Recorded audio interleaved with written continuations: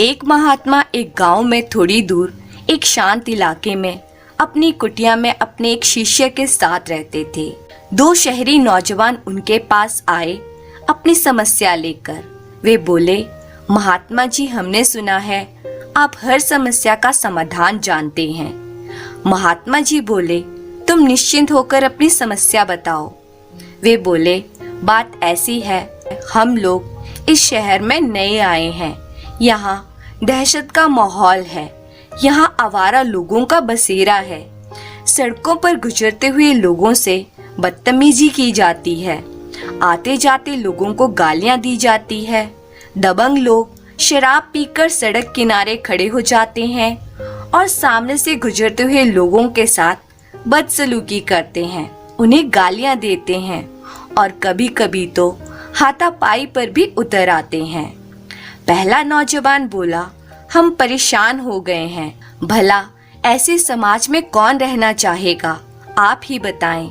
दोनों नौजवानों की बात सुनकर महात्मा जी अपने आसन से उठे और यह बड़बड़ाते हुए कि यह समस्या बहुत गंभीर है, कुटिया के बाहर चल दिए।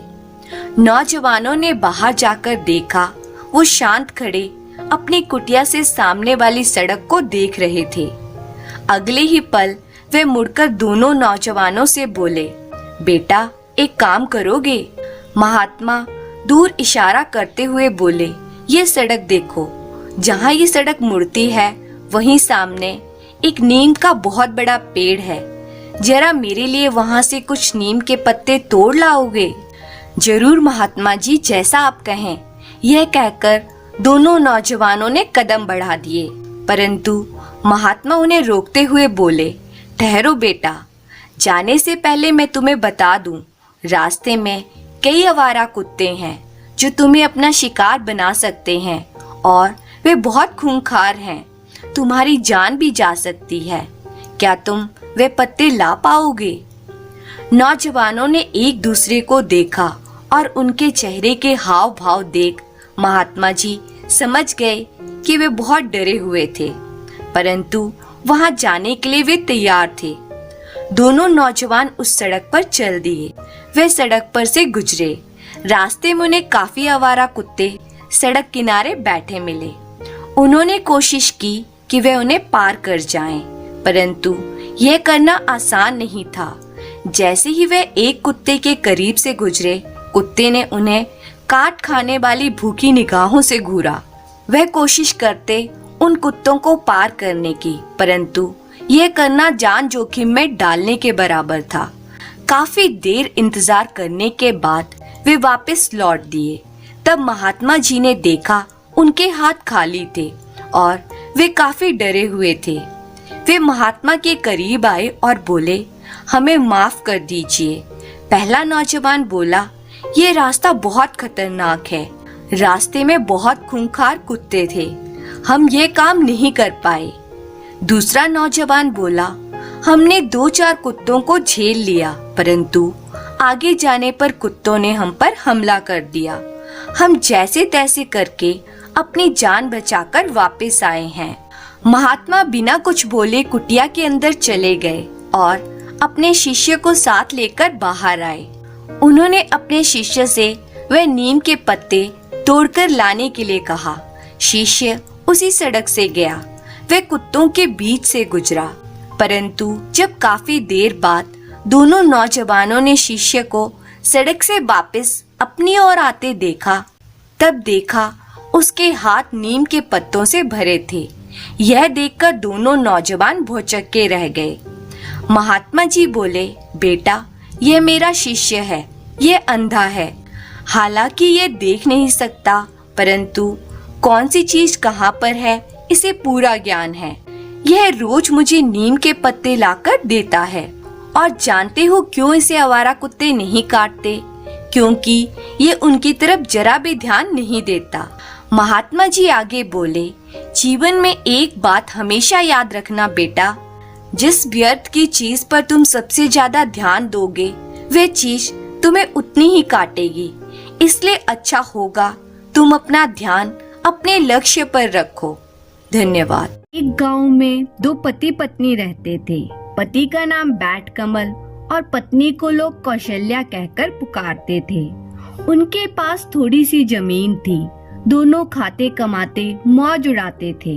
एक दिन की बात है कि कौशल्या ने नहा धोकर तरह तरह के पकवान बनाए। बैट कमल खेत जोतने गया था। दोपहर के बाद घर पहुंचा तो नाना प्रकार के पकवानों की खुशबू उसकी नाक में पहुंची। आज तो मजा आएगा सोचकर स्नान करने चला गया और वापस आकर कौशल्या से खाने की मांग की।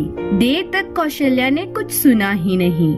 बैट कमल को मूंछों पर ताव देते हुए काफी समय इंतजार करना पड़ा।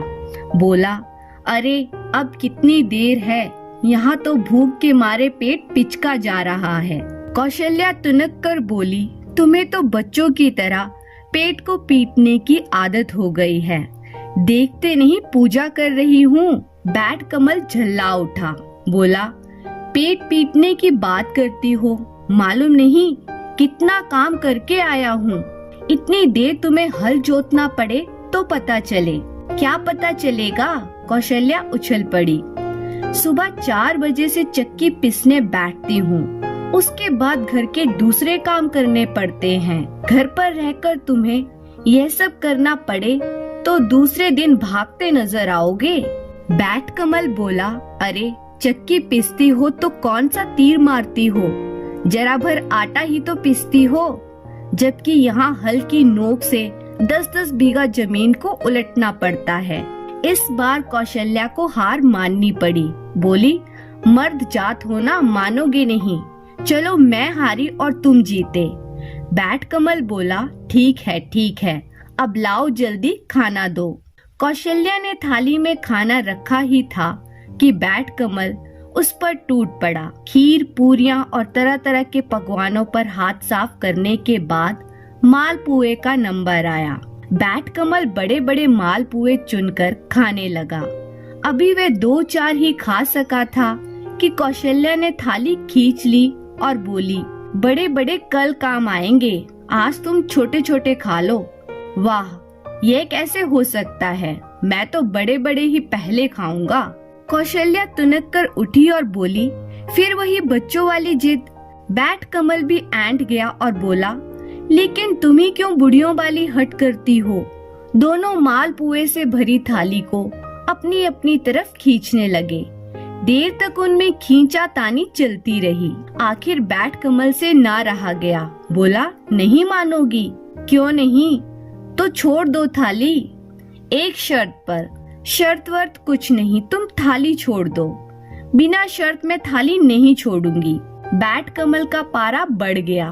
बोला, मैं कहता हूँ थाली छोड़ दे, वरना क्या करोगे? कौशल्या ने पूछा। मैं मर जाऊंगा। तो मर जाओ, मैंने कब इनकार किया है। अब क्या था? बैट कमल वहीं लेट गया और सांस रोककर आंखों की पुतलियों को फेर लिया। पति के ऐसे पाखंडों से कौशल्या परिचित थी।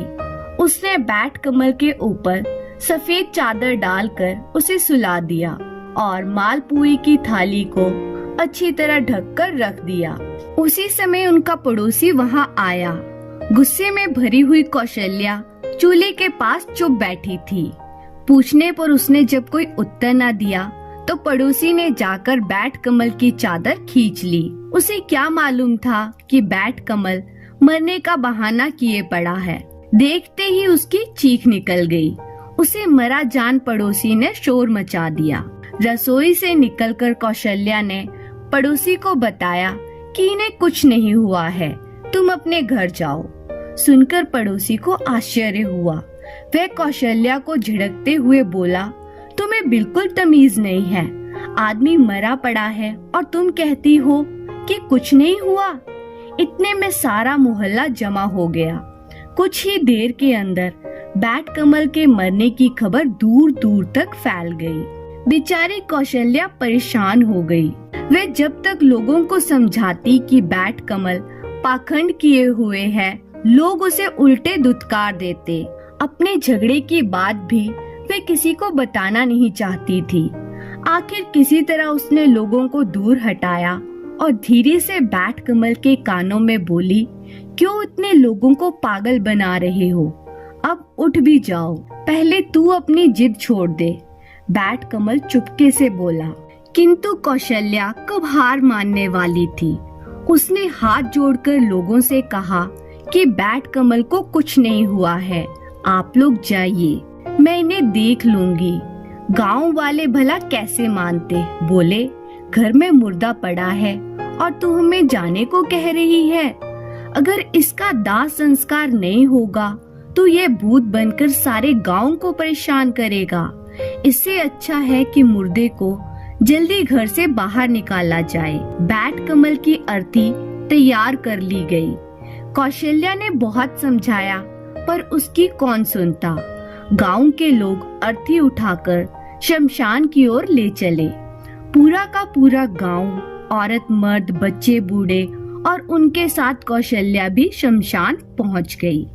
अब कौशल्या को चिंता हो आई। सोचा कहीं बैट कमल को जिंदा ही फेंक दिया तो अनर्थ हो जाएगा। वह लोगों से बोली कि एक बार मुझे अपने पति के दर्शन कर लेने दो। लोग कौशल्या को पागल ही समझ रहे थे। बैट कमल की चिता तैयार की गई। अर्थी को चिता पर रखकर उन्होंने कौशल्या से अंतिम दर्शन करने को कहा। कौशल्या लपक कर चिता पर जा चढ़ी। बैट कमल के मुंह से कफन उठाया और चुपके से उसके कान के पास अपना मुंह ले जाकर बोली, क्यों जान देने की ठानी है? चलो मैं हार मान लेती हूँ, तुम जीत गए, बड़े बड़े ही पहले खा लेना। सुनकर बैट कमल ने आंख खोल ली। वह चिता पर उठकर बैठ गया। देखते ही देखते उसने अपने को संभाला और चिता से उछलकर लोगों के बीच आ खड़ा हुआ। उसके मुंह से बार बार एक ही वाक्य निकल रहा था, बड़े बड़े पहले खाऊंगा, छोटे छोटे पीछे, बड़े बड़े पहले खाऊंगा, छोटे छोटे पीछे। सुनकर तो लोगों में भगदड़ मच गई। सभी को लगा बैट कमल भूत बन गया है, वे सबको खा जाना चाहता है। गांव के बूढ़े बच्चे, औरत मर्द सभी अपनी जान बचाते भाग निकले। देखते देखते मैदान खाली हो गया, किंतु बैट कमल को किसी की परवाह न थी। वह उसी तरह उछलता कूदता छलांगे मारता हुआ गांव में आ पहुंचा। उसे गांव में आया देख लोग अपने अपने घरों के अंदर दुबक गए।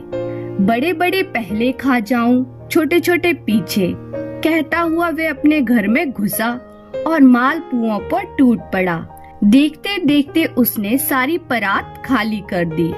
अगले दिन गांव के लोगों को जब उनकी इस शरारत का पता चला तो उन्होंने मिलकर कौशल्या और बैट कमल को खूब बातें सुनाई।